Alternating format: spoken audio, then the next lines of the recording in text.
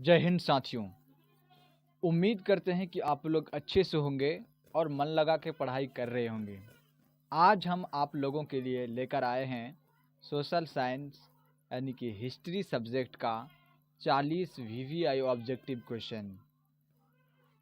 पहला चैप्टर जिसका नाम है यूरोप में राष्ट्रवाद, उसी चैप्टर से हमने सारा ऑब्जेक्टिव क्वेश्चन उठाए हैं। इससे बाहर कुछ नहीं आने वाले हैं और इसी तरीके से आगे भी वीडियो लाते रहेंगे। आप मेरे चैनल को सब्सक्राइब करें जिससे मुझे मोटिवेशन मिलते रहे। चलते हैं हम क्वेश्चन की तरफ। पहला क्वेश्चन है कि मेटरनिख ऑस्ट्रिया का क्या था। ऑप्शन नंबर ए में दिया हुआ है किसान था, ऑप्शन नंबर बी में दिया हुआ है सेनापति था, ऑप्शन नंबर सी में दिया हुआ है गृह मंत्री था, ऑप्शन नंबर डी में दिया है चांसलर था। तो मेटरनिख ऑस्ट्रिया का क्या था? आप सभी को पता होगा कि मेटरनिख जो था वो ऑस्ट्रिया का चांसलर था, यानी कि option number D is the right answer हो जाएगा। नेक्स्ट क्वेश्चन है फ्रैंकफर्ट की संधि कब हुई। फ्रैंकफर्ट की संधि आपका जो होगा option number A is the right answer होगा। फ्रैंकफर्ट की संधि जो होगा हुआ था वो 1871 ईस्वी में हुआ था। नेक्स्ट क्वेश्चन, इनमें से कौन जो है क्रांति के पुत्र कहे जाते हैं। क्रांति के पुत्र किन्हें कहा जाते हैं? नेपोलियन को कहा जाते हैं, या मेटरनिख को कहा जाते हैं, या चांसलर एक्स को कहा जाते हैं, लुई को कहा जाते हैं। तो यहाँ पर सही आंसर हो जाएगा आपको नेपोलियन को जो है क्रांति का पुत्र कहा जाता है, यानी कि option number A is the right answer हो जाएगा। नेक्स्ट क्वेश्चन, पोलैंड की क्रांति कब हुई? पोलैंड की क्रांति कब हुई थी? यहाँ पर ऑप्शन में दिया हुआ है पोलैंड की क्रांति 1830 में हुआ था, 1831 में हुआ था, 1832 में हुआ था, 1833 में हुआ था। तो यहाँ पर सही आंसर आपका हो जाएगा option number A is the right answer, यानी कि 1830 ईस्वी में हुआ था। नेक्स्ट क्वेश्चन, लेनिन की मृत्यु कब हुई थी? लेनिन की जो मृत्यु हुई थी वो कब हुई थी? 1921 ईस्वी में, 1922 ईस्वी में, 1923 ईस्वी में, 1924 ईस्वी में। तो लेनिन की मृत्यु जो हुई थी वो 1924 ईस्वी में, यानी कि option number D is the right answer हो जाएगा आपका। नेक्स्ट क्वेश्चन, जर्मन राइन राज्य का निर्माण किसने किया था? जर्मन राइन राज्य का जो निर्माण किसने किया था? लुई 18वां ने किया था, या नेपोलियन 3 ने किया था, या नेपोलियन बोनापार्ट ने किया था, या बिस्मार्क ने किया था? तो आप सभी को पता होगा कि जर्मन राइन राज्य का निर्माण किसने किया था? तो नेपोलियन बोनापार्ट ने किया था, यानी कि option number C is the right answer हो जाएगा आपका। यूरोप में राष्ट्रवाद की पहली स्पष्ट अभिव्यक्ति कब हुई? ऑप्शन में दिया हुआ है 1789 की फ्रांसीसी क्रांति के साथ, 1830 की फ्रांसीसी क्रांति के साथ, सी में दिया हुआ 1848 की फ्रांसीसी क्रांति के साथ, डी में दिया है इनमें से कोई नहीं। तो यहाँ पर जो हो जाएगा आपका option number A is the right होगा, यानी कि 1789 की फ्रांसीसी क्रांति के साथ हुआ था। नेक्स्ट क्वेश्चन, यूरोप का मरीज किसे कहा जाता है? यहाँ पर थोड़ा टाइपिंग में मिस्टेक हो गया, यहाँ पर हो जाएगा यूरोप का मरीज किसे कहा जाता है। तो यूरोप का मरीज जो हो किसे कहा जाता है? तो आप सभी को पता होगा कि यूरोप का मरीज जो है तुर्की को कहा जाता है, यानी कि option number B is the right answer हो जाएगा आपका। मेटरनिख का पतन किस वर्ष हुआ था? यानी कि मेटरनिख का जो अंत हुआ वो किस वर्ष हुआ था? यहाँ पर कंफ्यूज होने वाला सवाल है। यहाँ पर सब में 1848 दिया हुआ है, लेकिन आपका महीना का नाम याद करना पड़ेगा। मार्च 1848 ईस्वी में, या मई 1848 ईस्वी में, या अप्रैल 1848 ईस्वी में, या जून 1848 ईस्वी में। तो यहाँ पर सही जो आंसर हो जाएगा आपका मई 1848 ईस्वी में मेटरनिख का पतन हो गया था। नेक्स्ट क्वेश्चन, फ्रांस में किस शासन वंश की पुनर्स्थापना वियना कांग्रेस द्वारा की गई थी? ऑप्शन नंबर ए में दिया हुआ है ऑर्लिया वंश, ऑप्शन नंबर बी में दिया है हैब्सबर्ग, ऑप्शन नंबर सी में दिया हुआ है बुर्बो वंश, यहाँ पर रॉ छूट गया है, बुर्बो वंश, और ऑप्शन नंबर डी में दिया हुआ है जारशाही। यानी कि इसमें जो सही जवाब हो जाएगा option number C is the Bourbon वंश, यहाँ पर सही जवाब हो जाएगा आपका। नेक्स्ट क्वेश्चन कि मेजनी का संबंध किससे था? लाल सेना से था, लाल कुर्ती से था, चेका से था या कार्बोनारी से था? तो आप सभी को पता होगा कि मेजनी का जो संबंध था वो कार्बोनारी से था, यानी कि option number D is the right answer हो जाएगा आपका। नेक्स्ट क्वेश्चन है 1829 की एड्रियानोपुल की संधि किस देश के साथ हुई? यहाँ पर सवाल है कि 1829 की एड्रियानोपुल की संधि किस देश के साथ हुई? हंगरी के साथ हुई, यूनान के साथ हुई, या फिर पोलैंड के यूनान के साथ हुई, या तुर्की के साथ हुई, या फिर पोलैंड के साथ हुई? तो यहाँ पर जो होगा आपका सही आंसर ऑप्शन नंबर सी यानी कि तुर्की के साथ हुई थी। काउंट काबूर को विक्टर एमुनियल ने किस पद पर नियुक्त किया था?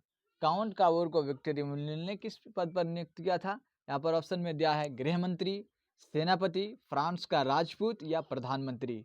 तो आप सभी को पता होगा कि इसका जो है काउंट काबूर को जो है विक्टर एमुनियल ने किस पद पर नियुक्त किया था? तो यहाँ पर हो जाएगा प्रधानमंत्री, यानी कि option number D is the right answer हो जाएगा आपका।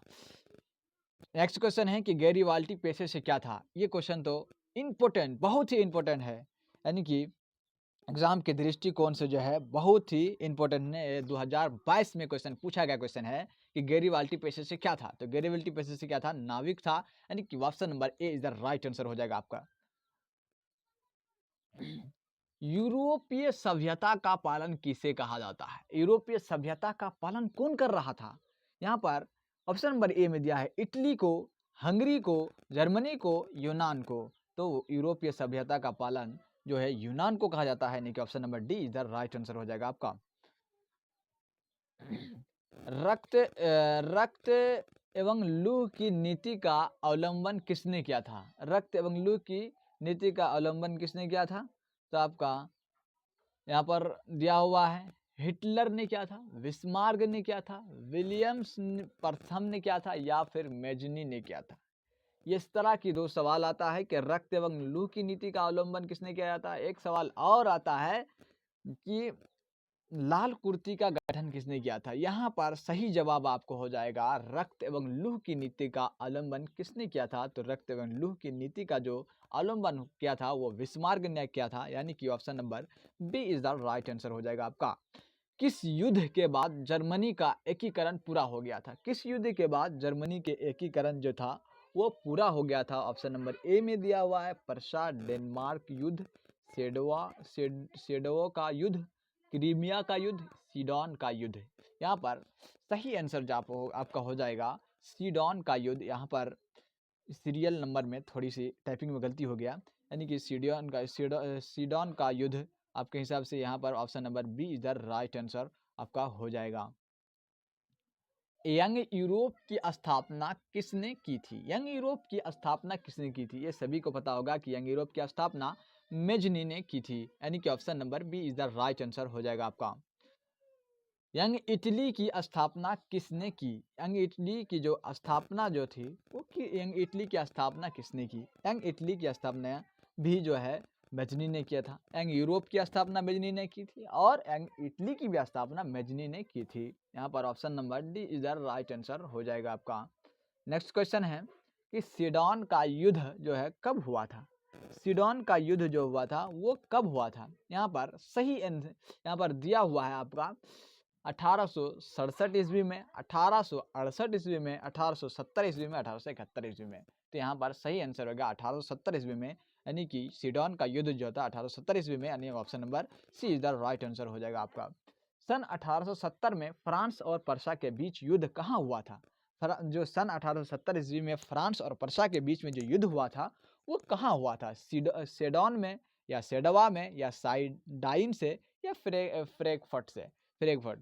यहाँ पर सही आंसर हो जाएगा option number A right answer होगा, यानी कि सेडोन में जो हुआ था, सेडोन में हुआ था।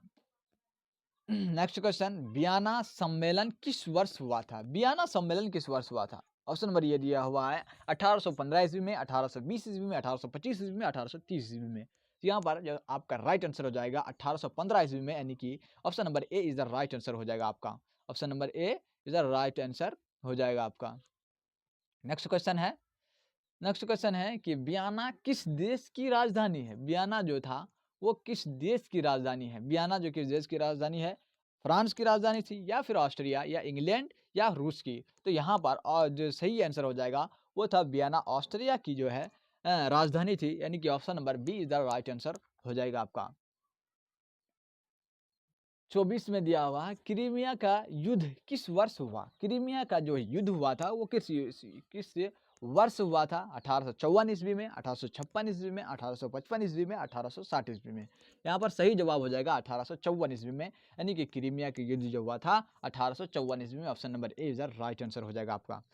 नेक्स्ट क्वेश्चन है, राष्ट्रवाद की अवधारणा का जन्म किस घटना से माना जाता है? राष्ट्रवाद की अवधारणा का जन्म जो है किस अवधारणा से माना जाता है? यहाँ पर ऑप्शन में दिया हुआ है पुनर्जागरण काल, धर्म सुधार आंदोलन, गौरवपूर्ण क्रांति, फ्रांस की क्रांति। यहाँ पर हो जाएगा आपका गौरवपूर्ण क्रांति, यानी कि option number C is the right answer हो जाएगा आपका। नेपोलियन संहिता किस वर्ष लागू की गई? नेपोलियन जो संहिता एक कानून का नाम था वो किस वर्ष लागू हुई थी? 1789 में, 1801 में, 1791 में और 1804 में? तो यहाँ पर हो जाएगा सही आंसर आपका 1804 ईस्वी में, यानी कि option number D is the right answer हो जाएगा आपका।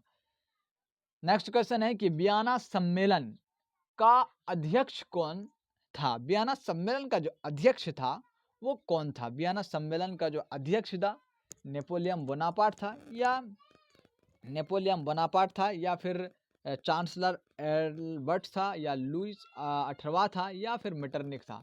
यहाँ पर वियना सम्मेलन का अध्यक्ष जो सही आंसर आपका हो जाएगा वहाँ मेटरनिक था, यानी कि option number D is the right answer हो जाएगा आपका। मेटरनिख व्यवस्था का उद्देश्य क्या था? जो मेटरनिख की व्यवस्था जो था उनकी उद्देश्य क्या थी?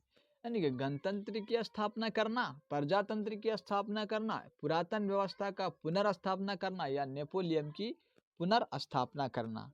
यहाँ पर सही आंसर हो जाएगा पुरातन व्यवस्था की पुनर्स्थापना करना, यानी कि option number C is the right answer हो जाएगा आपका।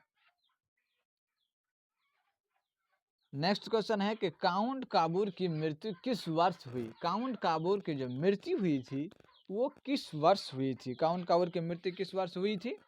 काउंट काबूर की मृत्यु आप सभी को पता होगा कि काउंट काबूर की मृत्यु जो है 1862 ईस्वी में हुई थी। 1862 ईस्वी में हुई थी, यानी कि option number C is the right answer हो जाएगा आपका। इटली और जर्मनी के एकीकरण का विरोध कौन था? इटली और जर्मनी का विरोध यानी कि उल्टा में कौन था? यहाँ पर ऑप्शन में दिया हुआ है कि ऑस्ट्रिया था, या ब्रिटेन था, या फ्रांस था, या फिर रूस था। तो यहाँ पर option number A is the right answer हो जाएगा। यहाँ पर जो था ऑस्ट्रिया जो था इस युद्ध के जो था क्या थे यहाँ पर विरोध थे, यानी कि option number A is the right answer हो जाएगा। जर्मनी का एकीकरण किस वर्ष पूर्ण हुआ था? जर्मनी का जो एकीकरण जो हुआ था वो किस वर्ष पूर्ण हुआ था? जर्मनी का एकीकरण किस वर्ष पूर्ण हुआ था? तो आपका यहाँ पर ऑप्शन में दिया हुआ है 1866 ईस्वी, 1870 ईस्वी, 1864 ईस्वी, 1861 ईस्वी। यहाँ पर सही जो आंसर हो जाएगा आपका 1871 ईस्वी में, 1871 ईस्वी, यानी कि option number D is the right answer हो जाएगा आपका। लाल कुर्ती का गठन किसने किया था? लाल कुर्ती का जो गठन वो किसने किया था? मेजनी, हमने आपको कहा था एक है रक्त एवं लूह की नीति का अनुसरण किसने किया था? तो वो हो गया आपका बिस्मार्क ने किया था। और लाल कुर्ती का गठन किसने किया था? तो यहाँ पर option number B is the right answer हो जाएगा आपका। लाल कुर्ती का गठन किसने किया था? गैरीबाल्टी ने किया था, यानी कि option number B is the right answer हो जाएगा आपका।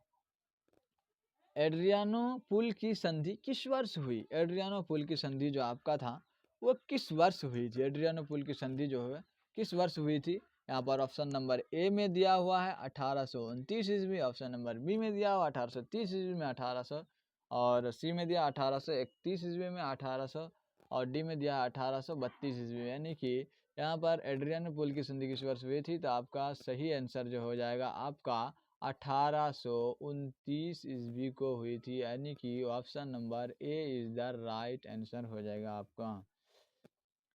सीडन का युद्ध किन के बीच हुआ? सीडन का जो युद्ध हुआ था वो किन के बीच हुआ था? सीडन का युद्ध ऑस्ट्रेलिया और फ्रांस के बीच, ऑस्ट्रिया और पर्सा के बीच, या इटली या रोम के बीच, या पर्सा डेनमार्क के बीच, या फ्रांस और पर्सा के बीच हुआ था?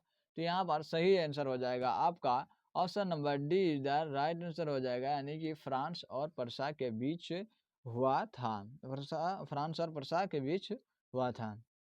नेक्स्ट क्वेश्चन है, किस वर्ष यूनान को एक स्वतंत्र राष्ट्र घोषित किया गया था? किस वर्ष जो है यूनान को एक स्वतंत्र राष्ट्र घोषित किया गया था? तो यहाँ पर ऑप्शन में दिया हुआ है 1830 ईस्वी, 1834 ईस्वी, 1832 ईस्वी में, 1836 ईस्वी में।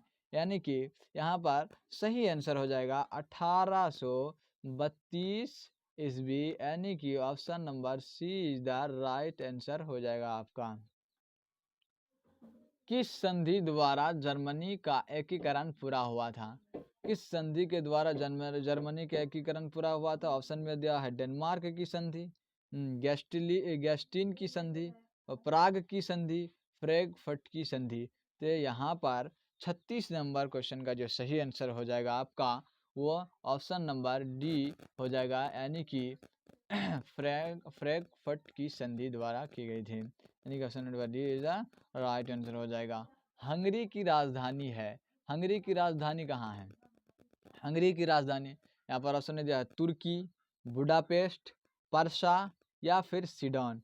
तो यहाँ सही आंसर जो आपका हो जाएगा आपका हंगरी की राजधानी कहाँ है? तो हंगरी की राजधानी जो था वो बुडापेस्ट था, यानी कि option number B is the right answer हो जाएगा आपका।